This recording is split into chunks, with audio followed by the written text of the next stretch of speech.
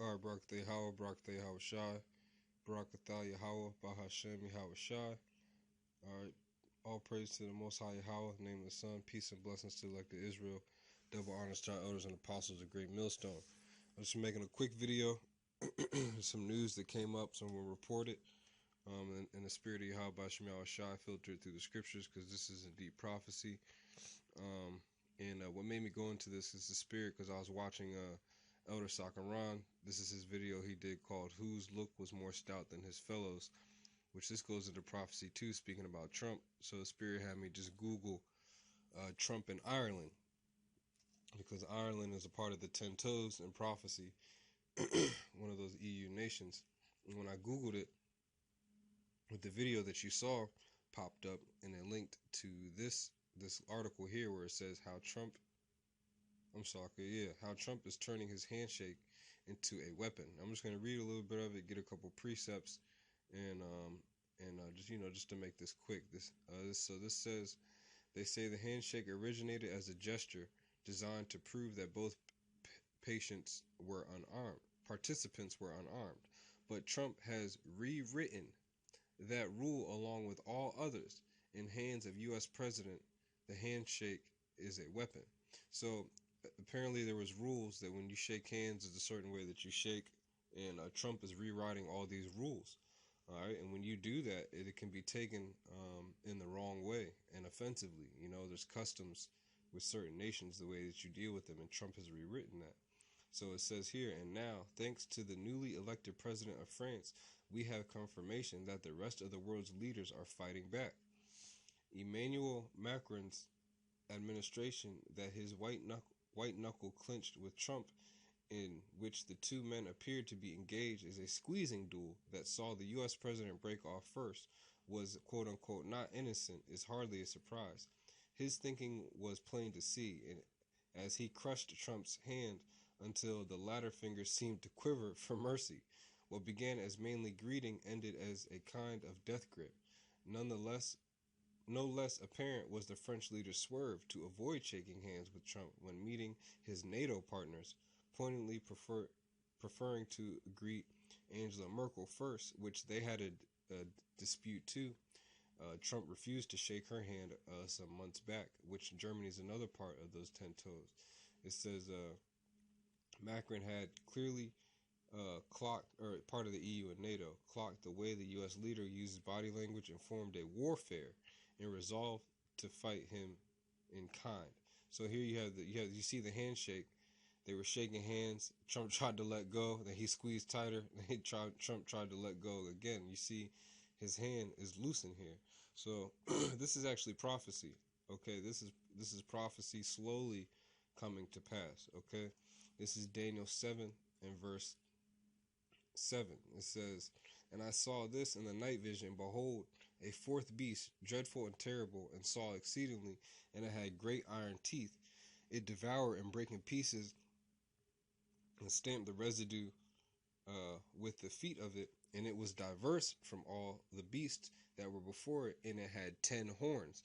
Now, this was the Roman Empire, which we're living in the last leg of the Roman Empire, okay? And the way that it was different, it changed starting with the Greeks, because that's where they came out of. And this is First Maccabees 8 and verse 8 and 11. It says, "It was told him besides how they destroyed and brought under their dominion all other kingdoms and isles that at any time resisted them." This is talking about the Romans when they were taking over all these lands. It says, "But with their friends and such as relied upon them, they kept enmity," right? Because they made league with certain nations. This is either get down or get laid down. "And that they had conquered kingdoms both far and nigh, and so much as all that heard of their name were afraid of them." The same thing with the U.S. The U.S. is the last leg of the Roman Empire, and they have done that today. It says also, verse 13, "Also that whom they would help to a kingdom those reign, and whose again they displace. Finally, that they were greatly exalted."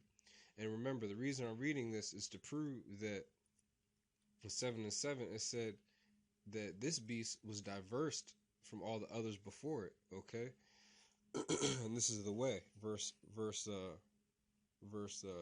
14, it says that they were greatly exalted. Verse 14, yet for all this none of them wore a crown or was clothed in purple to be magnified thereby. Moreover, how they had made for themselves a senate house, wherein 320 men sat in council daily, consulting always for the people, to the end that they might be well ordered, and that they committed their government to one man every year, who ruled over all their country, and that all were obedient to that one, and that there was neither envy nor emulation among them. So before all these previous beasts, when you go in prophecy, you had the Babylonians, you had the Persians, the Medes, you had the Greeks, all right, and then you had the Romans. Okay, so before every Salaki, if I keep clearing my throat, it's coming off of a cold. Before all these up into the Romans, the crown got passed down hereditary through the family. You know, a king would be appointed. But when it came to Rome, they actually elected a senate house. Okay, it said that they moreover they made themselves a senate house, and they actually voted on a leader. All right, and that's how it became different, and they started having emperors. Now, those 10 horns also in Daniel's, all right, they had old names. They were like Visasoth, Ostrogoth, and I'll put a map up. Um, the Vandals, Swaveli, the Almani, okay, the Anglo-Saxons. Well, the ones we're dealing with are the Franks, okay? The Franks were part of those 10 toes, or those 10 Germanic tribes, or 10 oligarchs, all right? Now, Daniel prophesied about it. Now, in Revelation, it also speaks about it, because what happened was they had those old names that they had when Rome took over and was conquering. Those names got taken away and put out, and those 10 horns, they never changed. The names just changed. The people did not change. The lands and the countries did not change. They transferred over and they had new names after they had got conquered. So now when you go to Revelation 17 and 17 and 16, it says, and these 10 horns, these are the same 10 horns in Daniel 7:7. It says, and the 10 horns which thou sawest upon the beast, which is the EU and NATO, all right, the EU and NATO, because remember, Trump just had a meeting with NATO, and the EU is talking about the nuclear arsenal right now, and France does have nuclear capabilities. All right, NATO is like the military force for the EU. Whenever they want something done, or a quarrel needs to be quelled, they send in NATO. The EU sends in NATO. So it says, in the 10 horns which thou sawest upon the beast, EU and NATO, these shall hate the whore, which is America. All right, that whore, Mystery Babylon, is talking about the United States.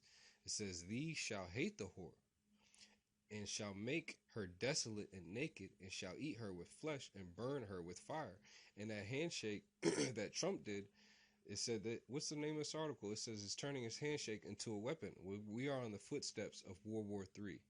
Okay, and according to prophecy, the allies, U.S.'s allies, are going to turn against them, because the prophecy says so. It says, these shall hate the whore, and shall make her desolate and naked, and shall eat her flesh, and burn her with fire. Well, how are they going to do that? Well, I went to this website, and I just typed in on Google nations that have nuclear weapons, and this is called International Campaign to Abolish Nuclear Weapons, which that's going to all be in vain, because they're going to be used. Okay, so it has a list of who has nuclear weapons, and this is from, I think this is from like March 2016, but this is relevant, all right? So you have U.S. at the top with 6,800 warheads, Russia, the UK, and then France. All right, so France is going to burn this place, man. Eventually, these tensions that you see with this handshake and these behind the door deals and these false flags that are going on around the world, all these nations, these EU nations and NATO, they're going to turn on the United States and destroy it with nuclear fire. So I just wanted to bring this news out, okay? And France is going to use all 300 of these warheads. Majority of them are going to head over here to the United States. See, it says most of its usual warheads are deployed on submarines equipped with M45 and M51 missiles. On boat is a patrol at all times. Some warheads are also deliverable by aircraft. So America's finished, man. Okay? All right, and everything Trump is doing, it seems like he's going rogue. If they don't assassinate this man or something happens to him, he's definitely might be the one to lead us into World War III, Lord willing. So I just wanted to bring out some of this prophecy that one of the 10 toes is starting to show face more, that they are hating the whore, and eventually they're going to burn it with fire, all through the spirit of Yahawashi. So with that, I want to say, Kal Halal Yahawah, Kal Halal Yahawah, Shalom to the elect, and just keep watching and praying. Shalom.